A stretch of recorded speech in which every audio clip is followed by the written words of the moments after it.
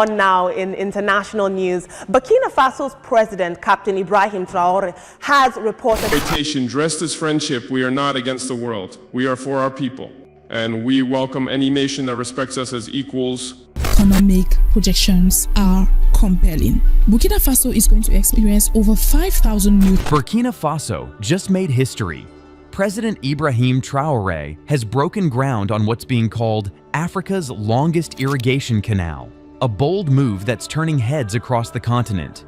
This isn't just about water, it's about rewriting the future of agriculture, food security, and independence for millions. The dry plains are about to become green lifelines, and at the center of it all is one fearless leader refusing to let the Sahel stay barren. What does this mean for Africa's future? Stick around, because this story is much bigger than you think. The bulldozers have rolled in, and Africa will never be the same. The dust cloud rose like a signal fire. Bulldozers, survey drones, and thousands of workers lined up along the arid stretch between Burkina Faso and the Sahel. Ibrahim Traoré, the man once mocked by Western analysts as too young and too revolutionary, stood with a hard hat and a vision. The continent watched as the first ground was broken on what will become Africa's longest irrigation canal, a project so massive it makes the Suez look like a garden trench. This isn't just about water. This is about independence. This is about rewriting the script for African agriculture. Traoré's blueprint spans over 1,200 kilometers, cutting across Burkina Faso, linking to tributaries in Mali, Niger, and even tapping the southern banks of the Niger River.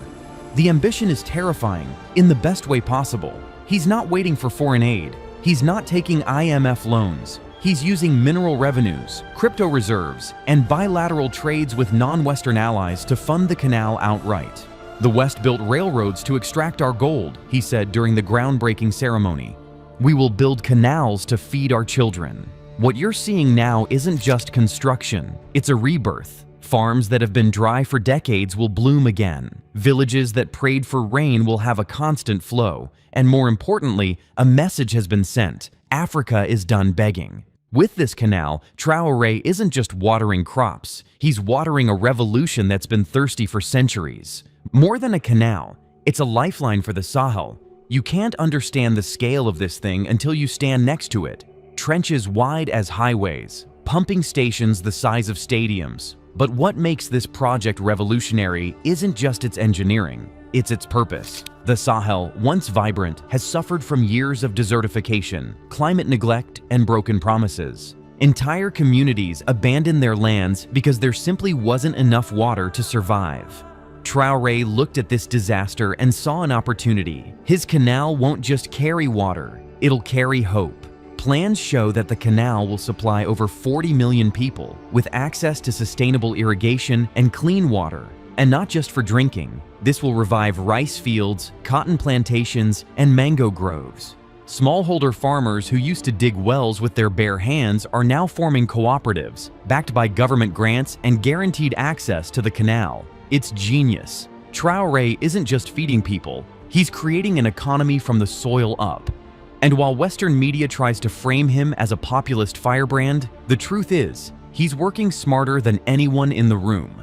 His engineers are a mix of Burkinabe youth and African expats who came back from Europe to build their future at home. Traoré's not forcing them, he's inspiring them. And here's what makes it wild. The canal cuts through regions once torn by conflict. Now, warlords are laying down arms to become contractors. That's right, Traoré's turning battlefield zones into breadbaskets, not with speeches, with water, with willpower, with action. Economic projections are compelling. Burkina Faso is going to experience over 5,000 new jobs in the tech sector by 2030. And also an estimated 15% increase in rice production through satellite-guided irrigation. This is one of the best, honestly. If all the African economies could adopt this system, we will be good to go, because honestly, in this era, there's nothing good than having an effortless irrigation in any farm. Now, this is going to create an attraction of more than $200 million. The West didn't see it coming, and now they're nervous. Let's be real, the usual global powers are not happy about this. Why? Because Traoré didn't ask them for help. He didn't knock on the doors of the IMF. He didn't invite the EU to set terms. Instead, he tapped into BRICS partnerships, secured infrastructure aid from Turkey and the UAE, and got technical input from South Korean hydrologists. That's a nightmare scenario for neo-colonial players. Here's the twist.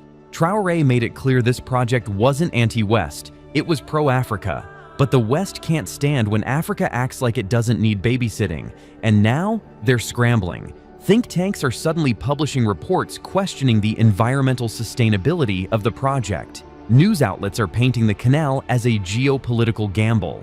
And yet, on the ground, none of that noise matters. Families are digging channels with their own hands. Local schools are creating irrigation curriculum modules. Women's groups are managing cooperative water tanks. This canal isn't just a pipe, it's a movement. And Traoré's genius is how he's handling the criticism. He doesn't argue, he doesn't defend, he just builds. While European leaders debate carbon footprints, Traoré is planting forests along the canal banks. While lobbyists whine about trade disruptions, he's launching solar farms to power the water flow. In a world where politics is mostly performance, Traoré is performance through production. He's outworking everyone. And the West, for all its think tanks and policy briefs, suddenly finds itself watching a 36-year-old revolutionary irrigate an empire of self-reliance. Tech, tradition, and the Traoré formula. Here's what most people don't realize. Traoré didn't just order a canal, he designed a system. This isn't a one-off vanity project. It's an integrated, continent-aware masterstroke. The canal incorporates satellite-monitored flow gauges, AI-based irrigation timing systems, and drone surveillance to spot leaks or sabotage attempts. But it's not just high-tech, it's high-trust. Villagers are being trained to manage their own sections, using traditional water-sharing customs mixed with modern efficiency models.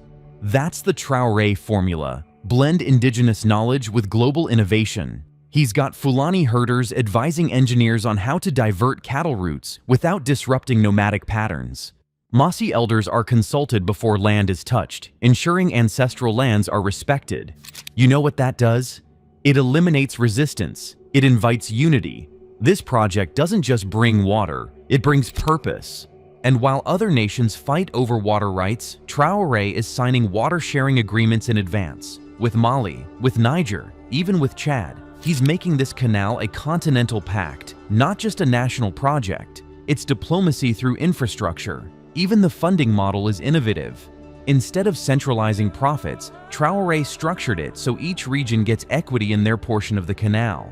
That means locals aren't just users, they're stakeholders. That's how you prevent corruption. That's how you create legacy. This isn't just some trench in the dirt. This is Africa's bloodstream, designed to pump opportunity to every corner it touches. And it's all happening because one man refused to do things the old way. New model of African development. Stay with me till the end because I will reveal the one factor that could determine whether this bold vision succeeds or fails, and also how the African diaspora might play a crucial role. Let's begin with a project that addresses a problem familiar across Africa: Air Burkina Revival. When 80% of West African air traffic is handled by non-African airlines, the economic costs are enormous. That's why Traoré's government has invested $450 million to revive Air Burkina with fleet upgrades and airport modernization. The economics are particularly interesting. African aviation is projected to grow 9% annually over the next 2 decades. Airport construction alone has created nearly 5,000 direct and indirect jobs. And that literally means that improved accessibility will boost both the seeds of tomorrow, what the future looks like now. Let's fast forward 5 years. The canal is complete. The drylands of northern Burkina Faso are now emerald green. Children who once walked miles for water now splash in backyard fountains. Crops that hadn't grown in 20 years now feed entire provinces. That's not a dream. It's a projection Traoré's own Ministry of Agriculture has published. But more than the harvest, it's the ripple effect that matters. With the canal up and running, food exports increase, lowering Africa's dependency on imported grain. Traoré plans to build agro-processing zones right along the canal, creating jobs and local value chains. Farmers become exporters, villagers become entrepreneurs, and remember those youths who once risked their lives migrating north? They're staying, they're building, they're thriving. That's what water does. It roots people in place. It turns chaos into community. Schools are rising, clinics are opening, life expectancy is climbing, and it's all connected to this single audacious act of irrigation. This canal is more than infrastructure. It's a philosophy, a declaration that Africa doesn't need handouts. It needs leadership. And Traoré, for all his bold moves and military roots, has become something no one expected. A builder, a unifier, a man who understands that you don't have to conquer the world to change it.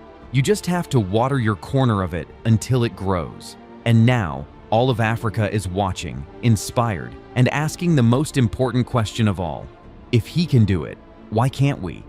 From dust to destiny, Traoré's irrigation canal isn't just a construction project, it's a revolution in the making. As the waters begin to flow, so too does a new era for Africa, one of self-reliance, innovation, and unstoppable hope. While the world watches in silence, Burkina Faso rises with thunder. And this canal? It's just the beginning. If you believe in bold visions, in leaders who fight for the land and its people, then this is your moment to tune in. Like, share, and let the world know Africa is reclaiming its power.